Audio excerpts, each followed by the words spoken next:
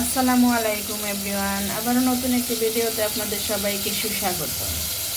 আমি এখানে রান্না করব লাউ দিয়ে শিং মাছ। দিয়ে দিলাম পেঁয়াজ লাল লাল করে ভেজে, একটু হলুদ গুঁড়া, সামান্য একটু মরিচের গুঁড়া, হালকা একটু ধনিয়া গুঁড়া, স্বাদ মতো লবণ, একটু নেড়ে চেড়ে নেব। পানি কষানোর জন্য পানিটা দিয়ে আমি একটু কষিয়ে নেব। শিং মাছটা দিয়ে দিব, ফোন দিয়ে ভালো করে সুন্দর করে কষলে মেখে ধুয়ে নিয়েছি।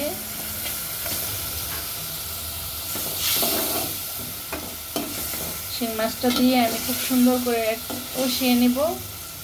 তারপর দিয়ে দেব লাউ।